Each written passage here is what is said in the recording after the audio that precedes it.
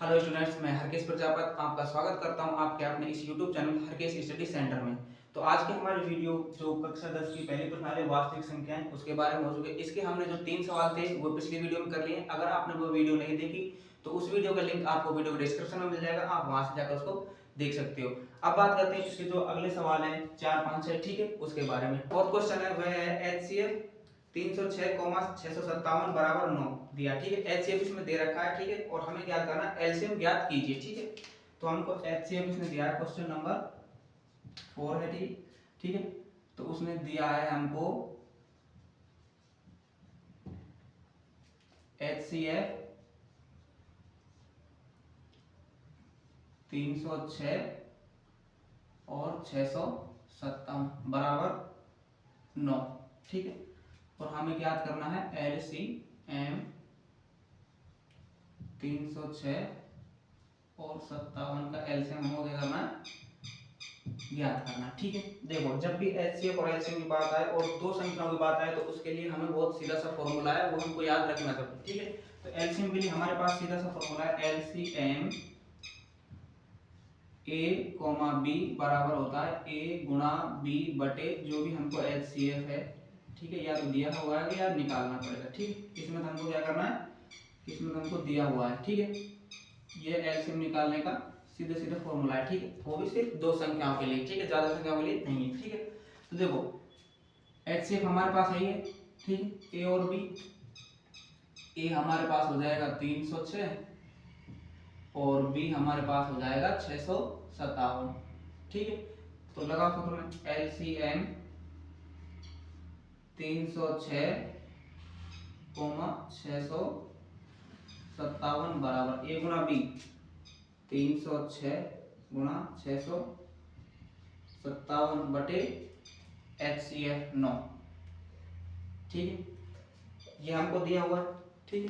इसको काट दो, ये कट जाएगा कितनी बार, 9 तिये 27, बच जाएगा कितना, 3 उतार लिया 6 तो 9 चौका 36, ठीक है।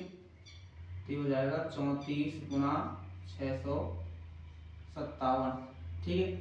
इसको गुणा कर लेते हैं, तो इसको गुणा करने पर जो हमारी संख्या आएगी वो क्या हो जाएगा, हमारे पास एलसीएम हो जाएगा, ठीक है, ठीक है। तो इसको गुणा करेंगे तो हमारे पास आएगा 22, 33, 8, ठीक है। तो हमारे पास एलसीएम 306 657 बराबर ये हो जाएगा 23, 22, 33, 8, ठीक है। तो ये हो जाएगा हमारे पास इसका एलसीएम, ठीक है। देखो, उसने हमें पहले से दिया, ठीक है। एचसीएफ उसने हमको दे रखा है, एचसीएफ कितना दे रखा है, 9, ठीक है। एलसीएम हमको निकालना, ठीक। ए और बी हमारे पास ये हो जाएंगे, ठीक है। तो एलसीएम के लिए हमारे पास सीधा सीधा फॉर्मूला है, एलसीएम ए बी बराबर होता है ए गुणा बी बटे एचसीएफ ए बी, ठीक है। तो एलसीएम 306 657 बराबर 306 गुणा 657 बटे 9, ठीक है। 9 से ये कट गया कितनी बार, 34 बार, ठीक है। और 34 गुणा 657 करेंगे तो हमारे पास आएगा 22, 33, 8, ठीक है। तो ये हो गया हमारे पास फोर्थ क्वेश्चन, ठीक है। आप चाहे तो इसका स्क्रीनशॉट ले सकते हो या फिर वीडियो पॉज करके अपने नोटबुक में उतार सकते हो, ठीक है। अब बात करते हैं इसके फिफ्थ क्वेश्चन की, वह है जांच कीजिए कि क्या किसी प्राकृत संख्या n के लिए संख्या 6 की पावर n 0 पर समाप्त हो सकती है, ठीक है। इसी प्रकार का हमारे पास एक फर्स्ट उदाहरण था, ठीक है, वो भी हमने किया है, ठीक है। इसका अब है 5, उसी प्रकार से ये हो जाएगा, ठीक है। 6 की पावर n, ठीक है। उसने दिया है n बराबर प्राकृत संख्याएं। प्राकृत संख्याएं कौन कौन सी होती हैं, 1, 2, 3, 4, ठीक है, ये होती है प्राकृत संख्या। उसने कहा है कि 6 की पावर n पर n का ऐसा मान बताइए जो संख्या 0 पर समाप्त हो सकती है, ठीक है। तो सबसे पहले हम क्या करने, 6 के गुणनखंड कर लेंगे। 6 का गुणनखंड कितना, 2 गुणा 3 की पावर n, ठीक है। 6 की पावर n के हमने जो गुणनखंड किया 2 गुणा 3, इसके क्या होगा, गुणनखंड, ठीक है। और हमें क्या ज्ञात करना है कि भाई साहब जो n बराबर हमको ऐसी संख्या लेनी है कि जो ये संख्या है वो किस पर समाप्त होगी, 0 पर समाप्त होगी, ठीक है। और 0 पर समाप्त कब होगी, जब भी हमें दी हुई संख्या के गुणनखंड में कम से कम एक तो 2 और एक 5 हो, तभी वह संख्या 0 पर समाप्त होगी, ठीक है। क्यों, देखो 2 गुणा 5 करेंगे तभी तो संख्या 0 पर समाप्त होगी। अब देखो 2 गुणा 3 करेंगे तो कैसे संख्या समाप्त, अब इसके ऊपर आप n बराबर कितने ले, इसके गुणनखंड में 2 और 5 है ही नहीं, ठीक है। तो ये संख्या कभी भी 0 पर समाप्त नहीं होगी। या तो आप देख लो, देखो 6 की पावर 1 रखेंगे तो कितना आएगा 6, 6 की पावर 2 रखेंगे तो कितना आएगा 36, ठीक है। इसी प्रकार 6 की पावर 3, 6 की पावर 4 रखोगे तो आपके पास संख्या आ जाएगी, ना कि 6 की पावर n कभी भी किसी भी संख्या पर 0 पे समाप्त नहीं होगा, ठीक है। ये बात हमेशा याद रखना, ठीक है, ये लिख लेना, ठीक है। यदि किसी संख्या के गुणनखंड में कम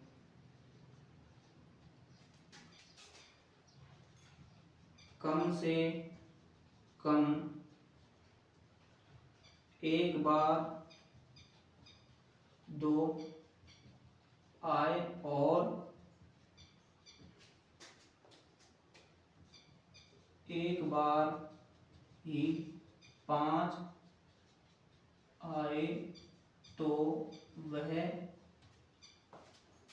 संख्या 0 पर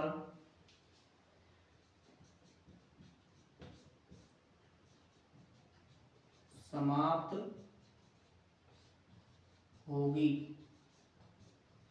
अन्यथा नहीं, ठीक है। ये बात हमेशा याद रखना, यदि किसी संख्या के गुणनखंड में कम से कम एक बार 2 आए और एक बार ही 5 आए तो वह संख्या 0 पर समाप्त होगी। जबकि यहाँ के जो गुणनखंड है वो गुणनखंड कितने 2 और 3 है, तो ये हम कह सकते हैं कि, ठीक है, इसको यहाँ लिख लें, ठीक है। 6 की पावर n के लिए n का कोई भी मान लेने पर यह संख्या 0 यानी कि 0 पर समाप्त नहीं होगी, ठीक है। संख्या 0 पर समाप्त जब होगी, जब हमारे पास उसके गुणनखंड में कम से कम एक तो 2 होना चाहिए और एक होना चाहिए 5, तो वह संख्या हमारी 0 पर समाप्त होगी, अन्यथा वो नहीं होगी। तो 6 की पावर n हमारे पास जो संख्या है वो कभी भी n के लिए कोई भी संख्या पर 0 समाप्त नहीं होगी, ठीक है। अब चाहे आप इसको स्क्रीनशॉट ले सकते हो, ठीक है, या फिर देख सकते हो। अगर समझ नहीं आया तो आप मुझे कमेंट करके बता सकते हैं, ठीक है, मैं आपको और अच्छी तरह से समझा दूंगा, ठीक है। तो ये हो गया, तो आप लिख दें 6 की पावर n के लिए n का कोई भी मान लेने पर यह संख्या 0 पर या 0 पर समाप्त नहीं होगी, ठीक है। अब बात करते हैं अगले सवाल की।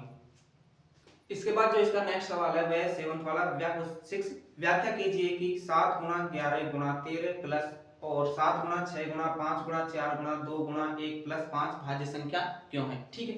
ये हमको बताना है कि यह संख्या भाज्य क्यों है। क्वेश्चन नंबर 6, ठीक है। कौन कौन सी संख्या हमारे पास, एक तो है 7 गुणा 11 गुणा 13 प्लस 13, ठीक है, और एक है हमारे पास और 7 गुणा 6 गुणा 5 गुणा 4 गुणा 3 गुणा 2 गुणा 1 प्लस 5, ठीक है। ये हमको बताना है कि ये संख्या भाज्य क्यों है, ठीक है। तो आइए करते हैं, ठीक है। देखो इसमें से जो चीज कॉमन आ रही है वो निकालो, 13 इसमें से कॉमन आ रहा है, 13 कॉमन निकाले, ठीक है। यहाँ पे 7 गुणा 11 गुणा 1 प्लस 1, ठीक है। यहाँ भी निकालो, यहाँ क्या कॉमन आ रहा है 5 5, ठीक है। तो यहाँ पे 5 कॉमन निकाल लिया तो बच गया 7 गुणा 6 गुणा 1 गुणा 4 गुणा 3 गुणा 2 गुणा 1 प्लस 1, ठीक है। जो संख्या थी हम लोग कॉमन निकाले, ठीक है। तो देखो ये क्या हो गया 13, ये कितने हो जाएंगे 11 7 77 1 78, ठीक है, 78 हो जाएंगे, ठीक। इसी प्रकार इसको देखो 5, ठीक है, इसको गुणा करेंगे तो कितने हो जाएंगे हमारे पास 8, ठीक है, और प्लस में 1, ठीक है, ये हो जाएंगे, ठीक है। इसमें क्या मैंने ऐड पहले ये कर दिया, ठीक है। तो देखो 13 गुणा 78 ये हो जाएंगे, और ये हो जाएगा हमारे पास 5 गुणा 109, ठीक है, 1009 सॉरी, ठीक है। तो देखो ये संख्या पूछा है कि हम ये जांच व्याख्या कीजिए कि ये हम संख्या भाज्य क्यों है, ठीक है। भाज्य क्यों है, देखो इनको गुणा करेंगे तो कोई ऐसी संख्या आएगी जो कि कम से कम 2 3 से तो भाज्य हो गई होगी, ठीक है। 78 को देख लो, ठीक है, 78 ही 2 से भाज्य है, ठीक है, और भी कई संख्या भाज्य, ठीक है। तो ये संख्या भाज्य है या संयुक्त संख्या है, संयुक्त संख्या है, ठीक। ये संख्या भी भाज्य है, या फिर इसे आप संयुक्त संख्या भी कह सकते हो, संयुक्त संख्या, ठीक है। देखो भाई ये तो आपको पता है 13 गुणा 78 करेंगे तो कोई ऐसी संख्या आएगी जो जिसमें कम से कम 3 संख्या को भाग दो जाएगा ही जाएगा, ठीक है। अगर मान ले उसमें खुद के और स्वयं के अलावा ही जाएगा तो वो तो हो जाएगा भाज्य, ठीक है। लेकिन उसने कहा कि भाज्य क्यों है, मतलब भाज्य तो है ही है, लेकिन उसे हमें बताना है क्यों है, क्योंकि एक संयुक्त संख्या है, ठीक है।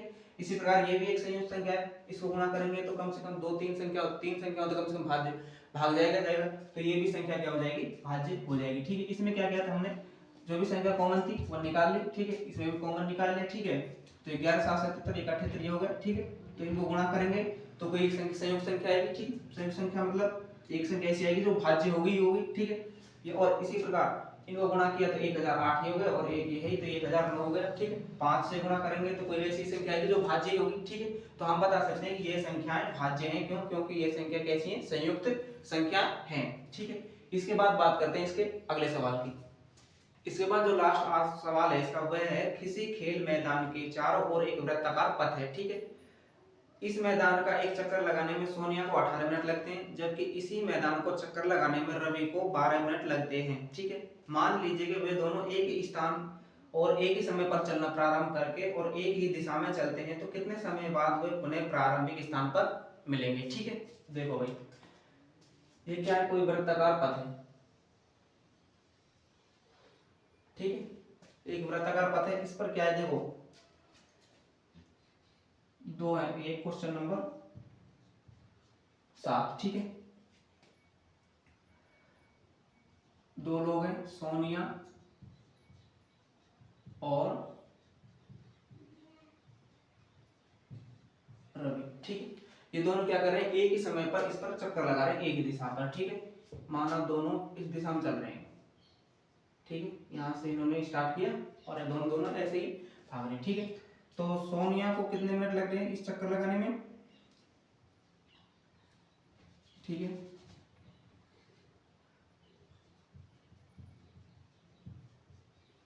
सोनिया को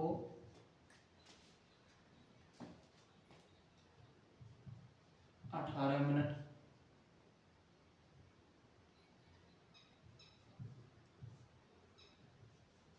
लगते हैं, ठीक है, एक चक्कर लगाने में। और रवि को कितने लग रहे हैं, 12 मिनट, ठीक है।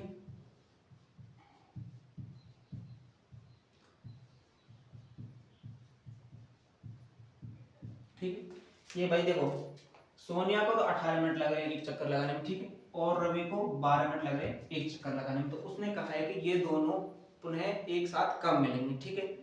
तो एक साथ कब मिलेंगे तो इनको क्या करना है, इनका एलसीएम निकाल लेते हैं, ठीक है। 18 और 12 का, ठीक है, 18 और 12 का एलसीएम निकाल लेंगे, ठीक है। एलसीएम कितना जाएगा इसका, 2 2 नंबर 18 2 6 की 12, ठीक है। फिर 2 का भाग दे देंगे, 9 में तो जाएगा नहीं, 3 बार, अब 3 का भाग दे देंगे 3 और एक बार, और 3 का 3 में एक बार, ठीक है। तो इसका एलसीएम कितना जाएगा, 2 गुणा 2 गुणा 3 गुणा 3, 3 3 9 9 18 दूनी 36, ठीक है। 36 इसका एलसीएम आ गया, ठीक है। तो देखो सबसे पहले सोनिया,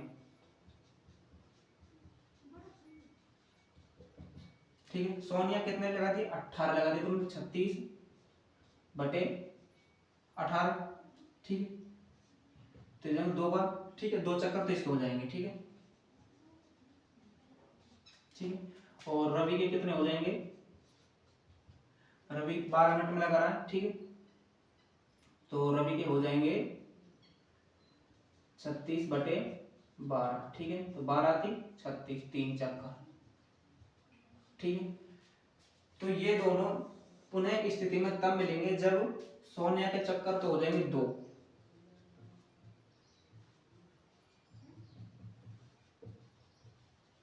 ठीक है, और रवि के चक्कर कितने हो जाएंगे 3, ठीक है। तो ये दोनों देखो, रवि जब आपने 3 चक्कर कंप्लीट कर लेगा उसी टाइम पे सोनी आपने यहाँ पे तीसरे चक्कर यहाँ पे अपना कंप्लीट कर लेगी, तो ये दोनों मिल जाएंगे, ठीक है। कितनी बार, रवि तो तीसरे चक्कर में मिलेगा और सोनिया मिलेगी दूसरे चक्कर में एक ही स्थान पर, ठीक है। तो देखो सोनिया को 18 मिनट लगते हैं और रवि को 12 मिनट लगते हैं, दोनों का एलसीएम लिया, एलसीएम लेने के बाद दोनों का भाग दे दिया, ठीक है। तो हमारे पास चक्करों की संख्या आ गई, ठीक है। तो सोनिया के 2 चक्कर और रवि के 3 चक्कर हो जाएंगे, तब दोनों एक ही स्थान पर मिल जाएंगे, ठीक है। आप चाहे तो इसको उतार सकते हो, ठीक है, वीडियो पॉज करके। अगर आपको कोई भी पार्ट समझ नहीं आया तो आप हमें कमेंट करके बता सकते हैं कि हमें ये चीज समझ नहीं आई, ठीक है। तो ये प्रश्नावली 1.8 यहीं पर खत्म होती है, ठीक है। तो मिलते हैं नेक्स्ट वीडियो में।